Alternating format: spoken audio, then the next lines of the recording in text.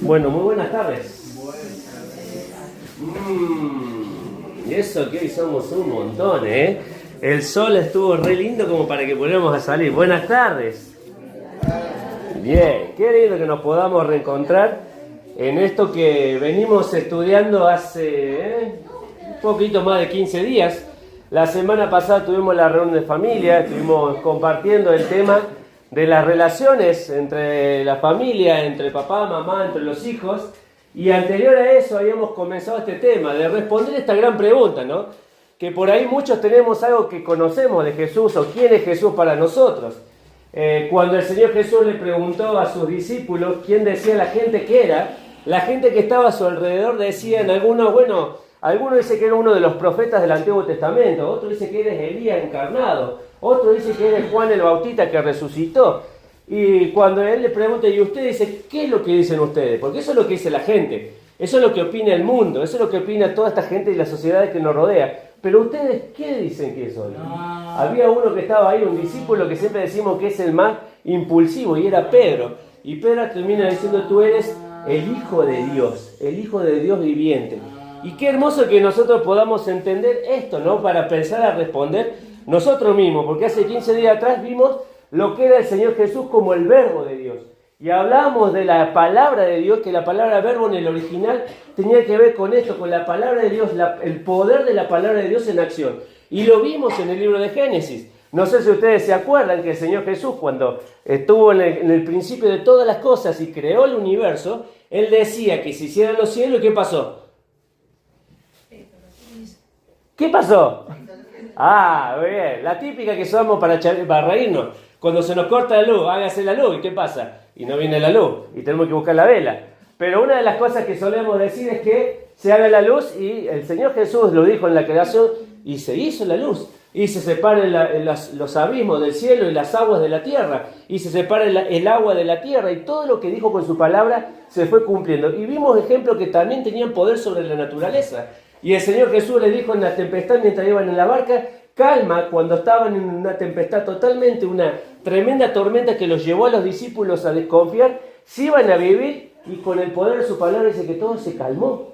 Y aún sobre la muerte tenía poder el Señor, que termina diciéndole a Lázaro, uno de sus amigos, Lázaro, ven afuera. Y después de estar varios días en la tumba, ya podríamos decir putrefacto, con olor, como todo lo puede pasar con la descomposición del ser humano, y aún así respondió al llamado de Dios y salió afuera con vida. Entonces estuvimos viendo una parte del Señor Jesús que nos habla que es el poder de Dios y la acción de Dios.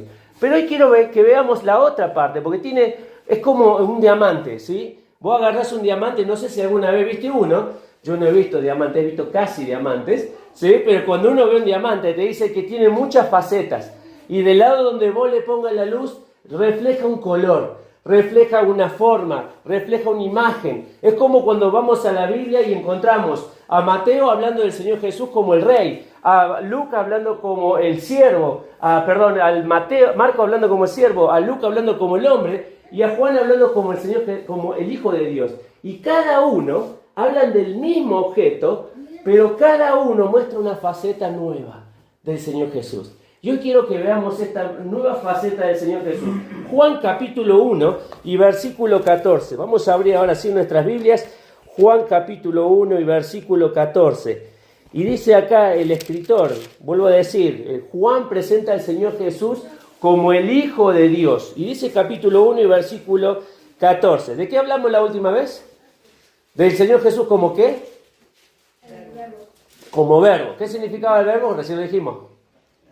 La palabra de Dios. Y dice el versículo 14, presta atención ahora, y aquel verbo, ¿sí?, fue hecho carne y habitó entre nosotros, y vimos su gloria, gloria como el unigénito del Padre, lleno de gracia y de verdad. Y acá la pregunta es, ¿quién es Jesús para vos? ¿Quién es Jesús para vos? ¿Cuál es la respuesta? Si alguien te preguntara a vos, una persona que no conoce a Jesucristo, una persona que no asiste a la iglesia, una persona que es totalmente atea, una persona que tiene toda una formación cultural fuera de lo que nosotros creemos del Evangelio, y te pregunta, ¿y vos qué decís quién es Jesús? ¿Qué le dirías vos?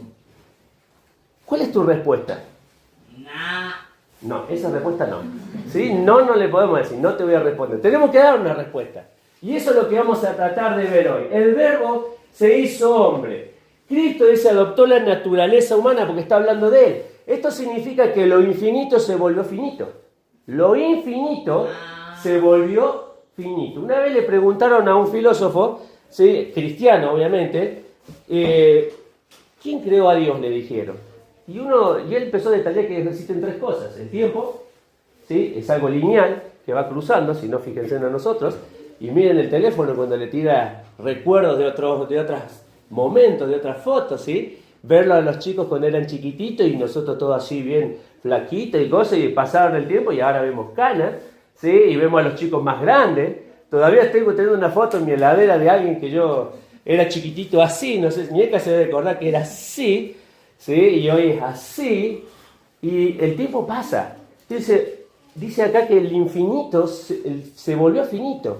El tiempo es lineal. El tiempo, dice que, lo explicaba este hombre, tiene tres cosas el ser humano. Primero el tiempo, que para nosotros es finito. Él se hizo infinito. Segunda cosa, el espacio. ¿Qué es el espacio? Lo que nosotros podemos medir. Lo alto, lo ancho y lo profundo. ¿Sí? Y también podemos decir, aparte de lo alto y lo profundo, la materia. La materia puede ser estado líquido, sólido y gaseoso. Y entonces la pregunta del hombre dijo, pero ¿cómo es que existe Dios si Dios, cómo puede ser que Dios exista y quién lo creó a Dios? Y él dice, si Dios tuviera que encajarse como nosotros en esas tres variantes, no sería Dios. Porque Dios, dice, no puede ser igual a nosotros, sino cómo podría crear el universo. El poder de Dios, dice, es justamente esto, que algo sobrenatural, algo poderoso, algo que nosotros no podemos dimensionar, pero lo que podemos ver a través de la creación, como nos decía César cuando empezamos, es que vemos que alguien hizo todas las cosas. Y por más que nos quieran justificar un meteorito que cayó en un momento lleno de cosas químicas, a pesar de que nos digan del Big Bang y un montón de otras cosas, no pueden justificar la presencia de Dios, sino lo pueden reconocer a través de lo poco que vemos a nuestro alrededor. Los cielos cuentan, ¿qué dice? La gloria de Dios, la grandeza de Dios. Entonces, adoptó una naturaleza humana para mostrarse como el infinito, para hacerse finito. También el eterno se conformó al tiempo, lo dije recién un poquito. El invisible se volvió visible. ¿Sí? Juan, cuando escribe en las cartas, dice, lo que hemos visto, lo que hemos oído, lo que hemos palpado, de eso damos testimonio al mundo. ¿Alguien tocó a Jesús acá? ¿Qué pregunta, Físicamente. Físicamente no. ¿Alguien vio a Jesús? Físicamente no. Bien ahí, físicamente no. Tiene la respuesta, César. Hoy está afilado. Nosotros podemos entender por la fe. Como dice Hebreos capítulo 11. Por la fe creemos que el mundo fue hecho por la palabra de Dios. Por la fe. Hay algo más allá de lo que nosotros vemos. Hay algo más allá de lo que nosotros entendemos. Es que hay alguien que se transformó de lo eterno a lo finito, del tiempo se conformó a nuestro tiempo, se hizo visible. El sobrenatural se redujo a lo natural.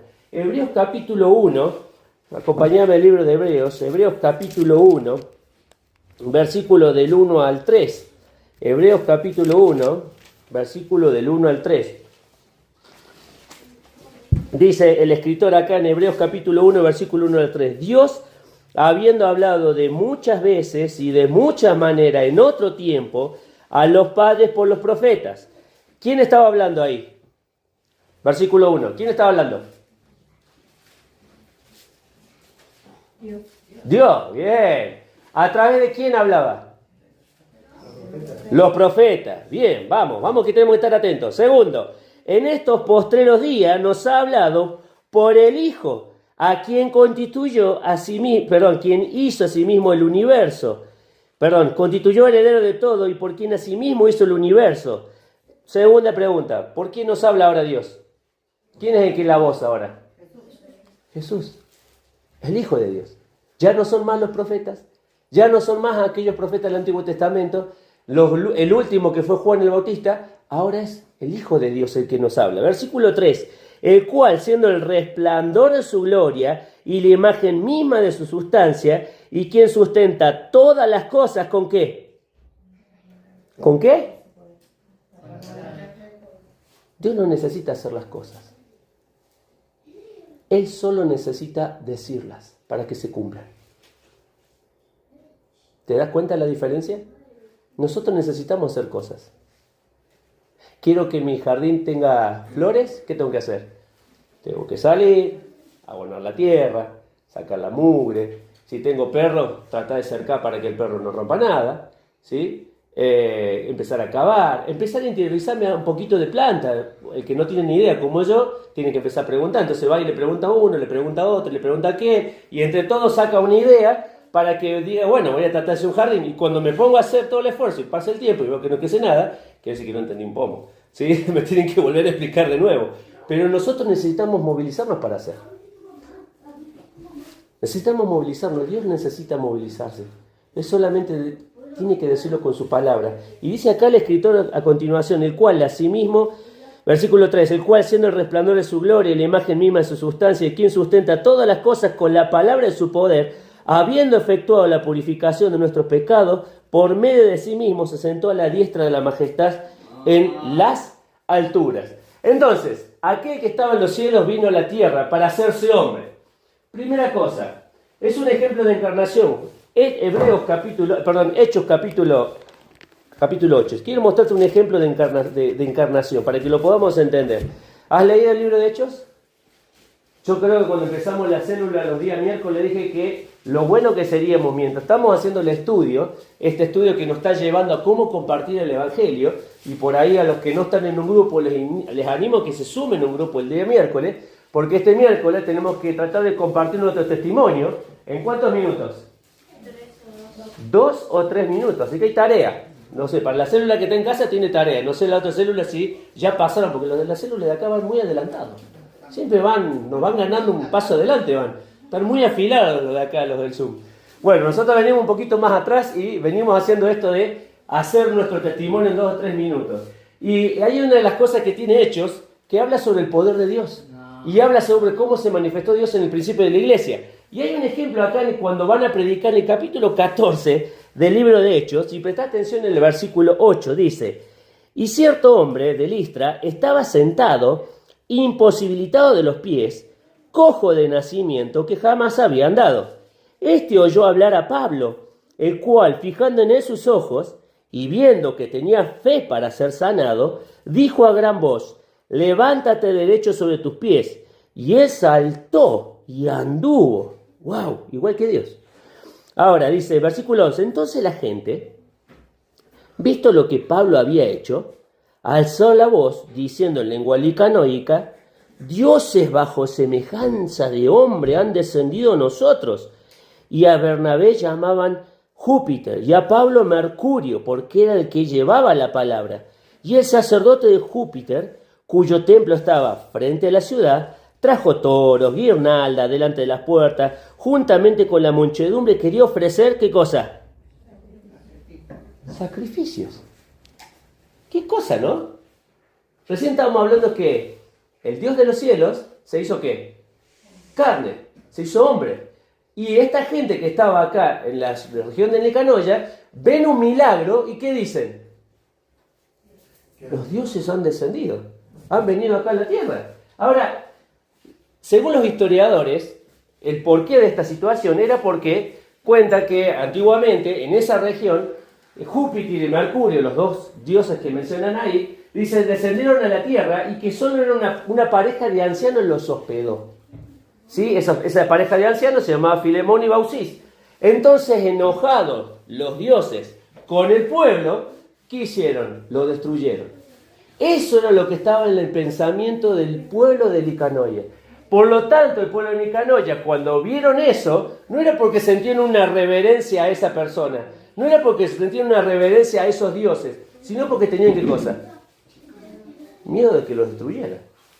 Por eso dice, la motivación para adorar de ellos, de la gente de Listra, sí, perdón, estaba siempre hablando de Licanoia es la lengua. Para la gente de Listra fue el miedo, el ser destruido, el enojar a los dioses, etcétera, etcétera, etcétera. Por eso se movilizaron a adorarlo. No es porque salió un acto de gratitud con respecto a esos dioses, sino porque tenían ese miedo de que ellos mismos fueran destruidos como sus antepasados. Ahora la gente entiende así, que hay un ser humano que viene alguien de arriba y lo toma. Pero no es ese el concepto de Dios.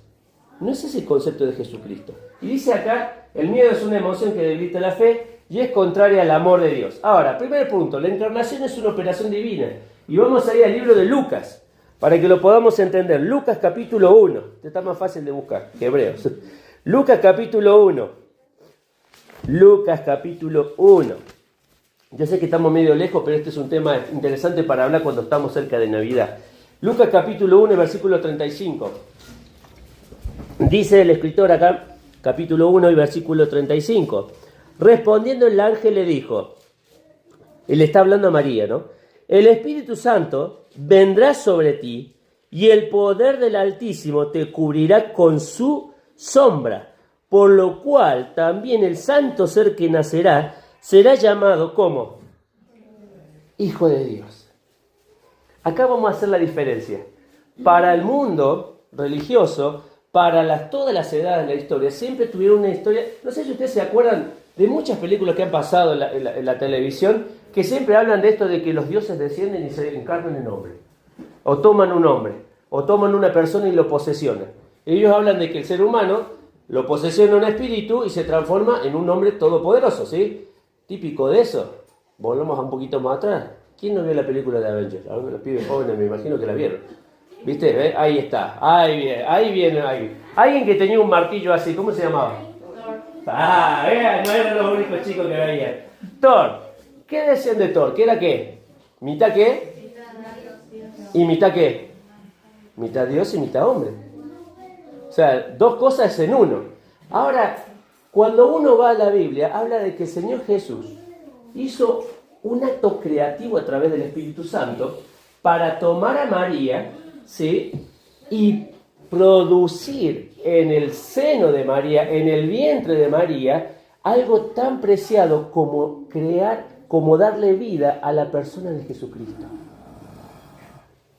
No es lo mismo un cuerpo posesionado por otro que de comienzo, desde la concepción de ese cuerpo, tenga las dos naturalezas.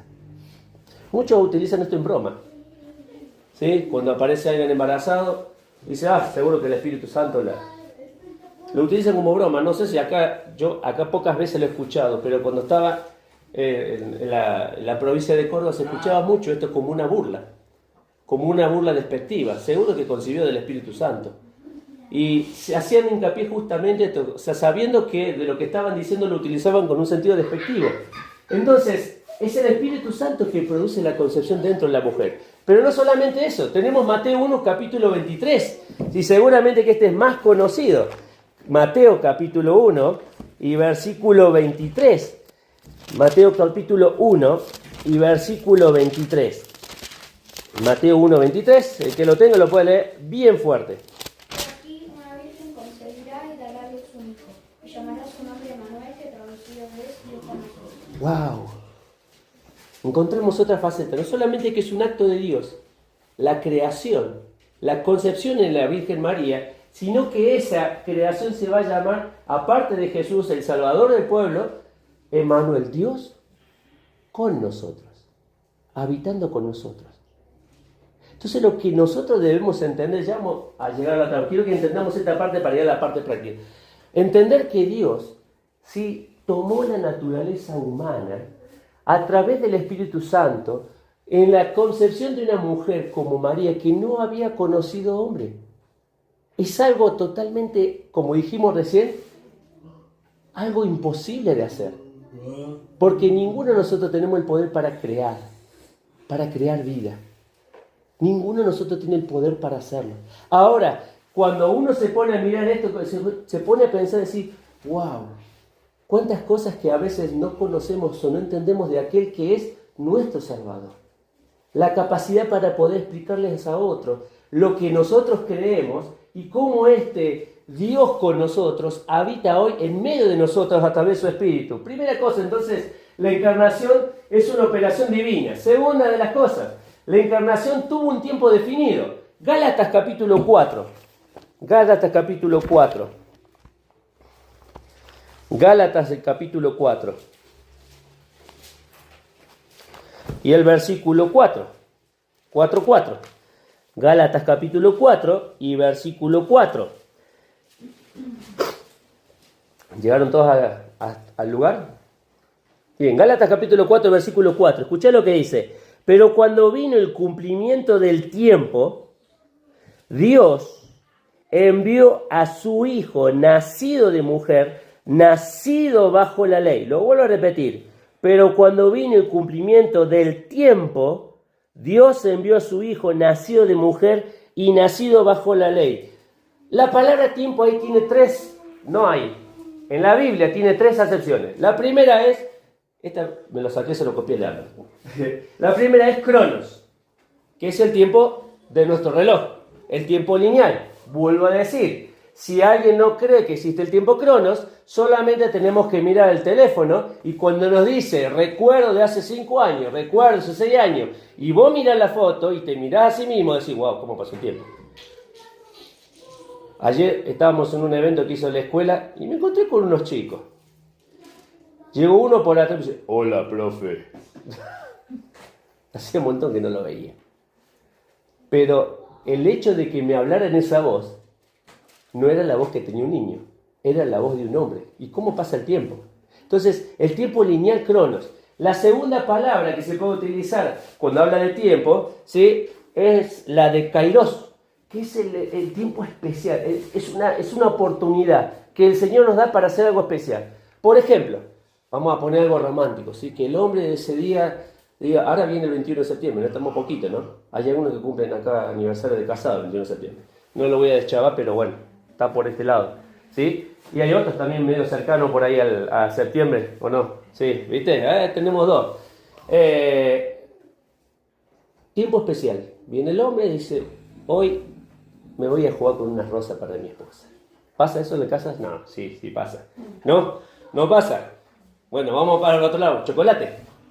¿Sí? Ahí sí, eso sí pasa. ¿Sí? A veces hay que ponerse en el lugar de la otra persona, ¿no? Tal vez a la flor no le gusta, pero le gusta un chocolate. O le gusta un helado, no sé. Uno conoce y sabe quién es su cónyuge. Bueno, ese momento especial que vos justamente le das algo a tu esposa o a tu hijo, a lo que sea, hace que ese kairos sea un momento especial. Entonces, el tiempo lineal tiene sentido cuando pasan estas cosas especiales. Cuando pasan estas cosas especiales. Y después está el aion, que es la palabra que utiliza para el tiempo infinito, donde no tiene principio ni fin. Pero la palabra que estoy utilizando acá justamente es eso, que hay un tiempo determinado por Dios, es el crono. Dios cuando vio el momento justo dijo, este es el momento que mi hijo tiene que nacer. Este es el momento que tiene que ir. Cuando estaba el mundo en oscura, cuando estaba bajo un imperio el pueblo judío, cuando sea el momento que Dios había determinado en los cielos, dijo, este es el momento que mi hijo tiene que entrar en la fase humana. Por eso, nosotros cuando estudiamos historia en la escuela, a ver los que están todavía en la escuela, siempre hemos estudiado el AC y el DC. ¿Qué significa? No es un equipo de cantantes, ¿no? ¿Qué significa el AC? Antes de Cristo. ¿Y DC? Porque entró en nuestra historia. Y cambió nuestra historia. Entonces, es una operación divina, entró en un tiempo determinado. La tercera de las cosas, la encarnación es un modelo visible. Hebreos capítulo 2. Hebreos capítulo 2, para que lo podamos entender. Un poquito más de todo lo que tiene la palabra de Dios.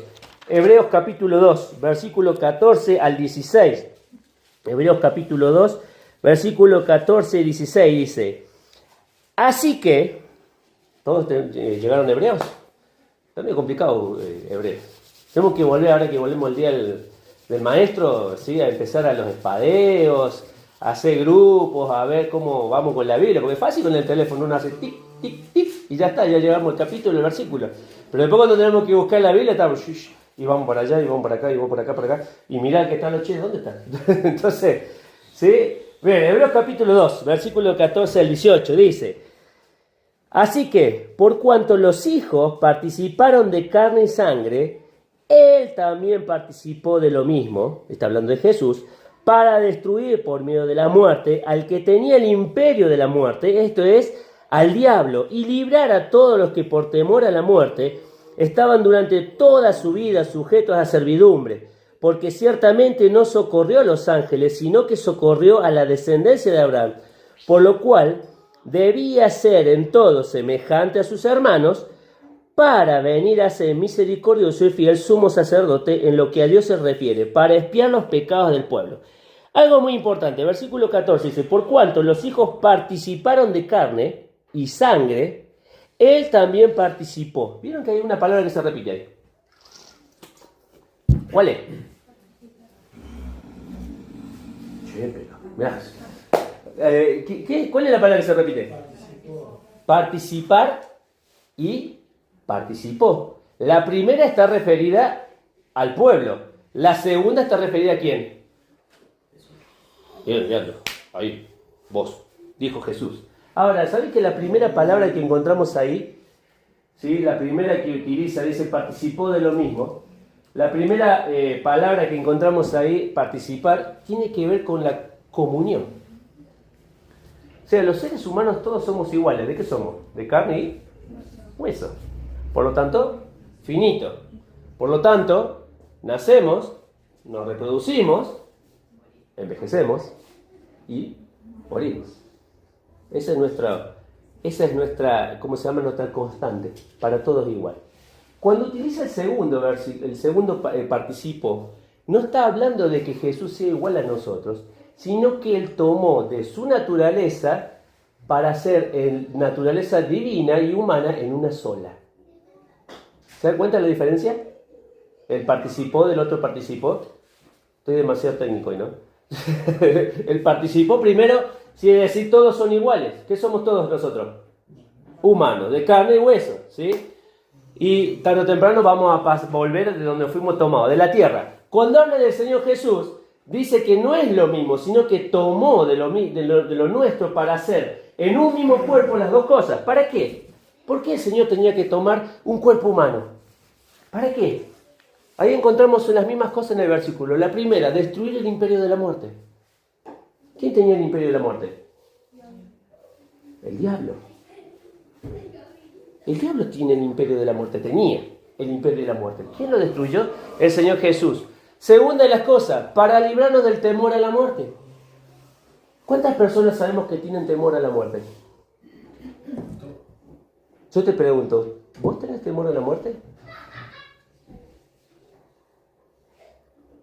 No me respondas, ¿eh? Es una pregunta hacia el interior. Si hoy te agarrara y te dijera, el otro día estábamos con una persona y nos dijo, fui al doctor, me encontraron esto y es muy probable que no sea mucho el tiempo que me queda.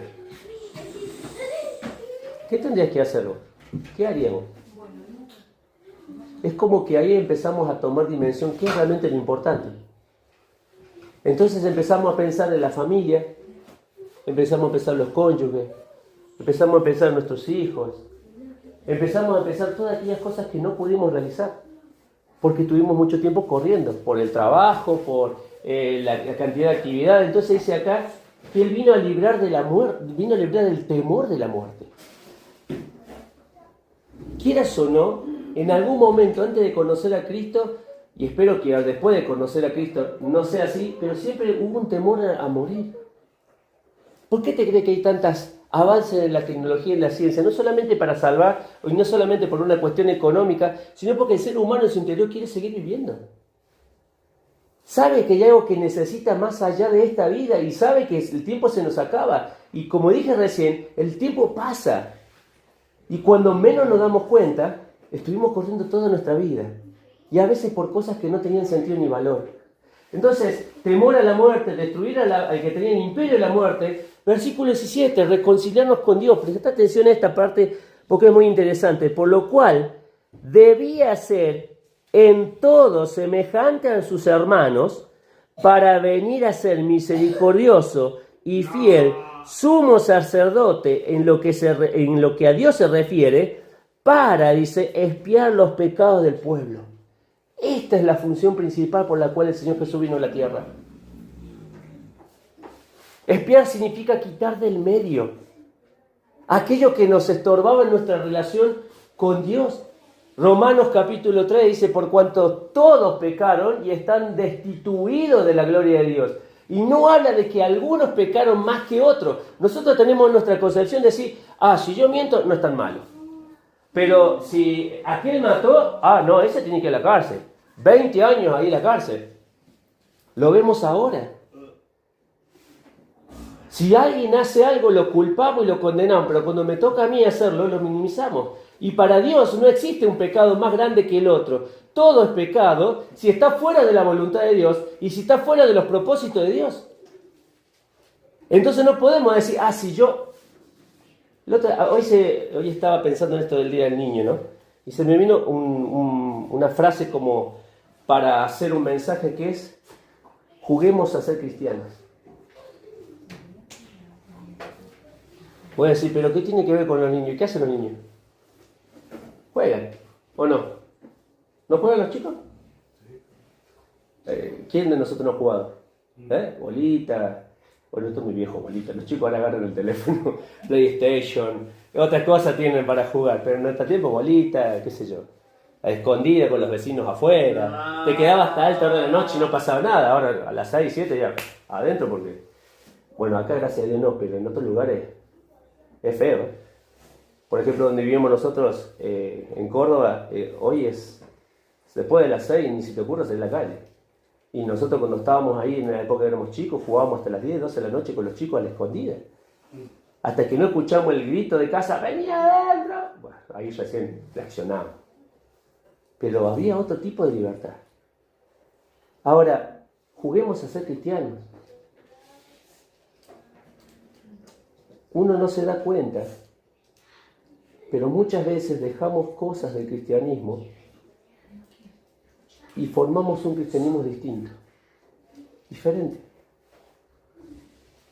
que muchas veces no es el bíblico, que muchas veces no es el real. Por eso cuando dice que acá vino a reconciliarnos con Dios, no solo vino a reconciliar un mundo pecador, sino muchas veces a muchos cristianos desanimados en el camino. Ya lo vamos a ver un poquito más adelante. Desanimados porque tomaron malas decisiones, desanimados porque vieron otras personas que hicieron cosas que no debían hacer, desanimados porque no encuentran, venimos a Dios y abrimos como el súper, ¿viste? Ahora entramos al súper y vemos la góndola todo lleno. Entonces yo necesito esto para casa, esto para una picadita el fin de semana, esto para esto, y Dios no es así. No podemos ir a Dios diciendo, Dios, hace esto por mí, hace esto. Dios lo quiere hacer, pero no funciona así. Entonces cuando yo veo que vengo un mes a la reunión, no se solucionan las cosas, 2 meses a la reunión, no se soluciona, me comprometo a una actividad y no veo que avanza, y hago cosas y no sigo, estoy jugando con Dios pensando que Dios tiene que concederme todo lo que yo quiero. Y no funciona así. Por la fe, decía el capítulo 11 de Hebreos, algunos no recibieron lo que esperaban sobre la tierra, pero fueron tenidos por dignos del Evangelio. ¿Por qué? Porque se mantuvieron fieles hasta el final. ¿Te das cuenta que muchas veces nosotros venimos a Dios esperando que Él haga las cosas como nosotros queremos? Y ni te cuento cuando nos sentamos, porque a mí me ha pasado, a orar y aconsejarle a Dios cómo tiene que hacer las cosas. Aconsejarle a Dios cómo tiene que hacer las cosas. Por eso, entender que Él vino a reconciliar a Dios, a reconciliarnos con Dios, es porque Él vino a tomar nuestro lugar en la cruz. Y la última, para ayudarnos en la tentación, y lo dice en el último versículo que leímos recién, en el versículo 18, dice, pues, por cuanto Él mismo padeció siendo tentado, es poderoso para socorrer a los que son tentados. Y dice Primera de Corintios, para poder ampliar un poquito la idea, capítulo 10, Primera de Corintios, el capítulo 10. Primera de Corintios, capítulo 10 y versículo 13. Un pasaje que siempre nos volvemos a ese cuando nos pasan cosas. Y dice el versículo 13, no nos ha sobrevenido, 1 Corintios 10, 13, no nos ha sobrevenido ninguna tentación que no sea humana, pero fiel es Dios, que no nos dejará ser tentado más de lo que podáis resistir, sino que dará también juntamente con la tentación la salida para que podáis soportar. O sea, el Señor Jesús tomó la forma de hombre, vivió como hombre y hoy nos dice, se puede vivir como cristiano.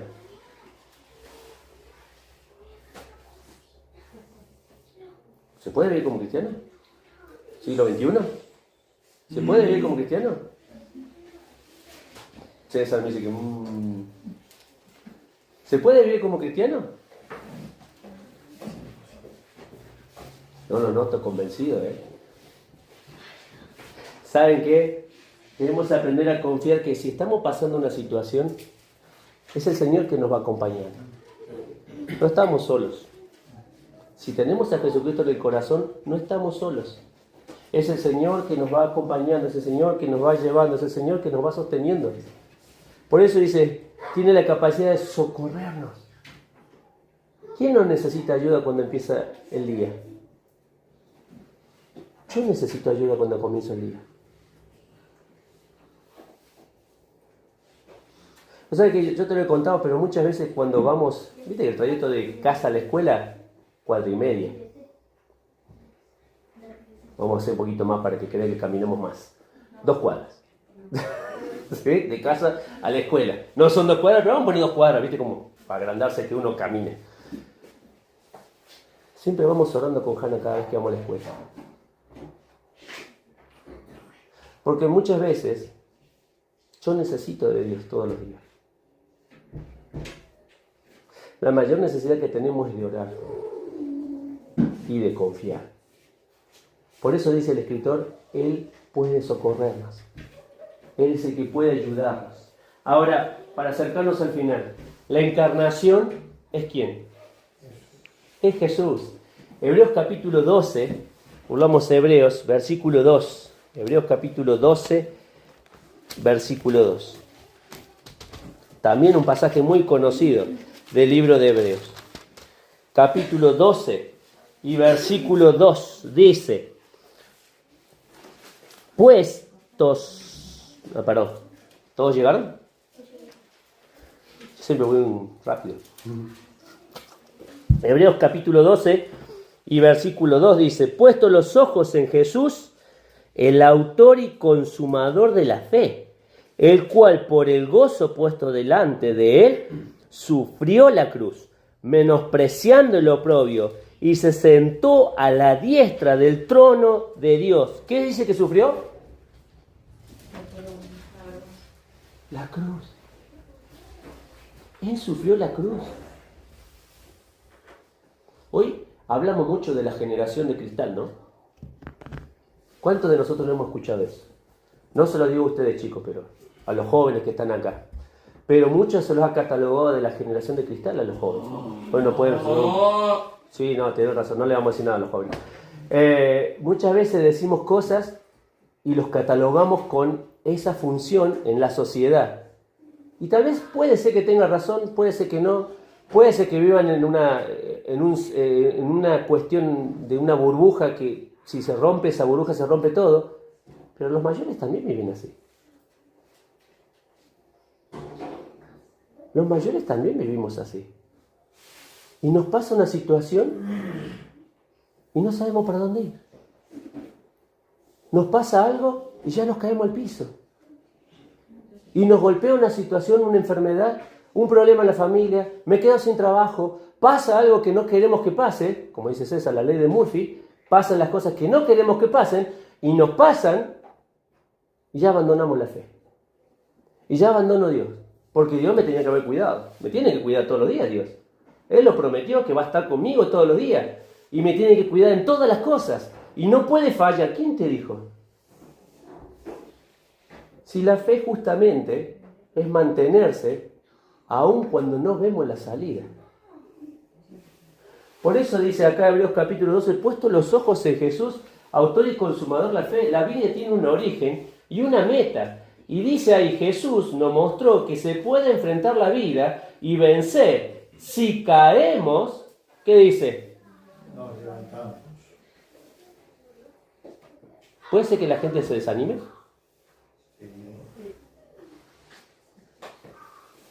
Capítulo 12, donde estamos leyendo, versículo 12. Fíjate lo que dice el escritor acá.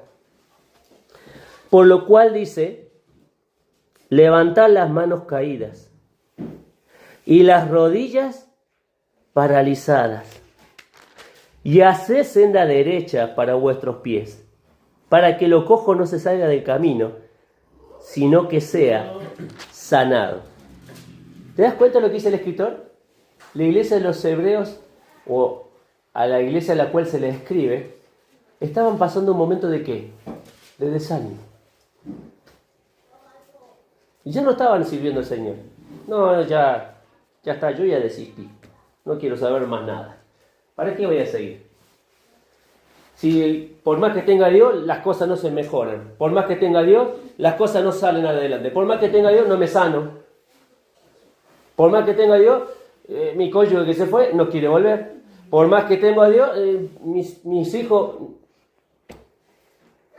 Y acá dice, por lo cual dice, habiendo puesto los ojos en el Señor Jesús, habiendo considerado lo que sufrió el Señor Jesús, dice, levantad las manos caídas y las rodillas paralizadas. ¿Y qué dice? Empezá a servir al Señor. Yo no sé cómo llegaste hoy acá.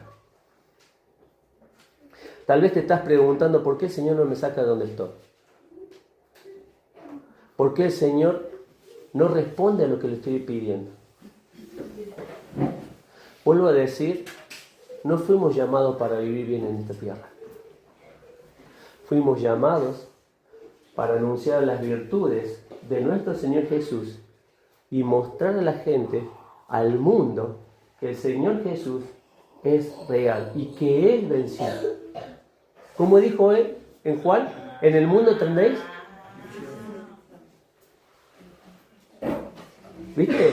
¿Qué dijo el Señor Jesús? No dijo, en el mundo van a tener buen pasar. En el mundo van a tener un buen trabajo. En el mundo van a estar tranquilos, quietos. Van a tener todo lo que necesitan. ¿Qué dice? En el mundo tendréis aflicción, lucha. ¿Pero qué dice? Confía porque yo he vencido al mundo. Yo he vencido al mundo. Y para que podamos terminar, 1 Timoteo capítulo 2, versículo 5, este Jesús que nosotros venimos a hablar, es el Jesús que nos da la fuerza para enfrentar la vida. Capítulo 2 y versículo 5 de 1 de Timoteo. Y dice el escritor, porque hay un solo Dios y un solo mediador entre Dios y los hombres, Jesucristo, ¿cómo dice? ¿Lo vamos a leer todos juntos? ¿Sí? A ver si podemos formar un coro acá, 4 voces. No, vamos a leer todo así en la misma forma. 1, 2, 3. Porque hay un solo Dios y un solo mediador entre Dios y los hombres, Jesucristo.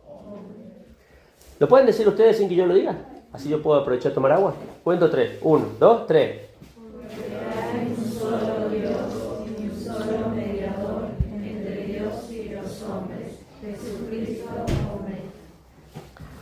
¿Sabes lo que te quiero invitar hoy?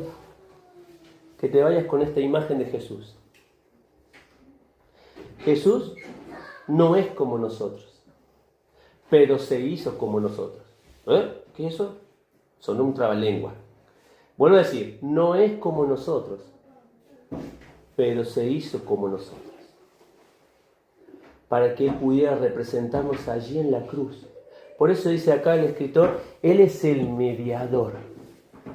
Hoy se utiliza mucho esta palabra mediador. ¿Sí? Hay un conflicto y dicen, el otro día escuchaba que lo publicitaban acá en el centro de convenciones de la municipalidad, necesitamos mediadores barriales. ¿Qué es un mediador barrial? Nunca entendí esa imagen. Claro, hay un conflicto entre dos vecinos y vos te tenés que ayudar como una solución a acercar las partes para poder solucionar el conflicto. No sé, me tira el agua del techo a mi terreno, o me puso la medianera 20 centímetros, medio metro para adentro. Cualquier cosa que pueda pasar entre vecinos, ¿sí? Un mediador barrial. Más que eso, es la imagen de nuestro Señor Jesús. Entre Dios y nosotros, Él se puso en el medio. ¿Y sabes qué? Lo más interesante de esto es para que nosotros fuéramos salvos. Por eso hoy, que vamos a participar de estos símbolos, recordar a ese Jesús no solo como el Verbo de Dios, sino como el hombre de Dios que caminó sobre esta tierra. Vamos a orar para participar de los símbolos y poder agradecerle al Señor Jesús que nos muestra que el Evangelio es real, que el Evangelio es poder, que el Evangelio es transformación y que nos llama a tener comunión con Él. Vamos a orar. Padre, te damos gracias por darnos esta noche, esta tarde, porque hables nuestra mente, nuestro corazón. Qué precioso es saber que hay uno que se puso en medio de nosotros dos, Señor, para abrir un camino. El Señor Jesús dijo, yo soy el camino, la verdad y la vida, y nadie va al Padre. ¡Wow! Qué precioso, Señor, es saber que ese camino lo abriste a través de la cruz. Hoy venimos a recordar no solo a Jesús como el Verbo, no solo a Jesús como hombre, sino al Jesús crucificado allí en la cruz por nosotros. Señor, ayúdanos a ser fieles.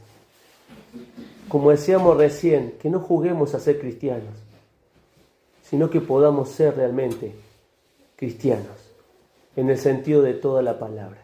Oramos a ti, Padre, pedimos de tu bendición al participar de este pan, porque sabemos que estamos recordando que Jesús murió en la cruz por cada uno de nosotros. Te damos gracias, Señor, por la salvación. En el nombre de Cristo Jesús. Amén, Señor.